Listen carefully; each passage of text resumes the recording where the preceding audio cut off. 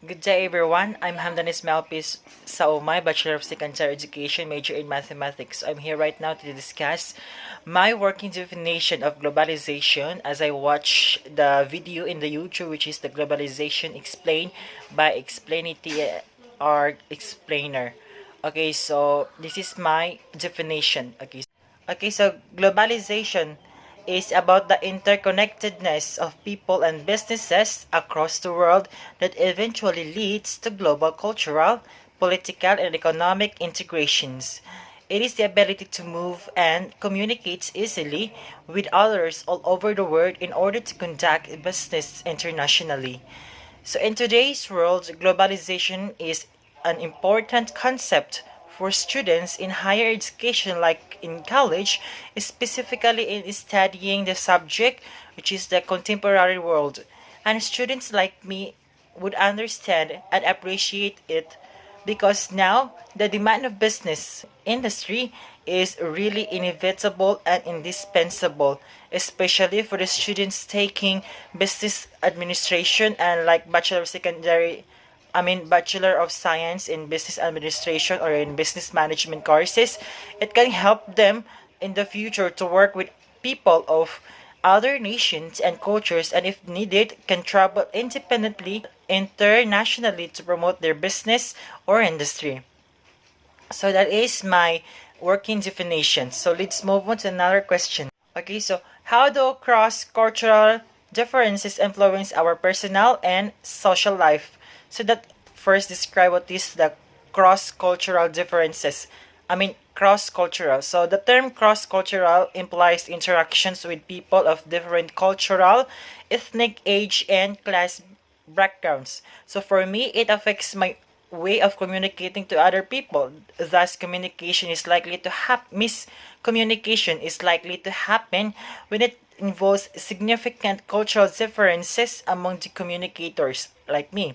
So, but it really influenced me to go further for the different cultures and making myself adapt to their lifestyle, even a language, but a little bit. So that is influence on my personal. But in my social, it's really helpful that I cannot distract or disrespect the other culture because I know in myself that their practices, yes. So for example, I am a Muslim and living here in Magsaysay, which is two cultures are diverse, specifically Muslims and Christians. So I'm well educated with their traditions, their language, because I know how to speak Bisaya and their practices in others. Thus, when I meet other Bisaya in some places in the Philippines, I can handle misconceptions and miscommunications. So that is how it influenced me of the cross-cultural. Okay, so number two, what do you think are the drivers of globalizations and support your answer? Okay, so the drivers of globalizations, the media, and almost every book on globalizations and international business speak different types of drivers of globalizations, and they can be basically separated into five different groups. The first one is the technological drivers. So technology shaped and set the foundations for modern globalizations. Innovations in the transportation's technology revolutionized the industry. The most important developments among these are the commercial jet aircraft and the concept of containerizations in the late 1970s and 1980s. Inventions in the area of microprocessors and telecommunication enabled highly effective computing and communication at low cost level.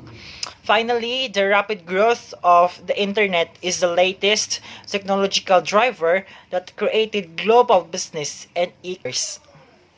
So the number two, which is the political drivers. So political drivers liberalized trading rules and deregulated markets lead to lowered tariffs and allowed foreign direct investments in almost all over the world.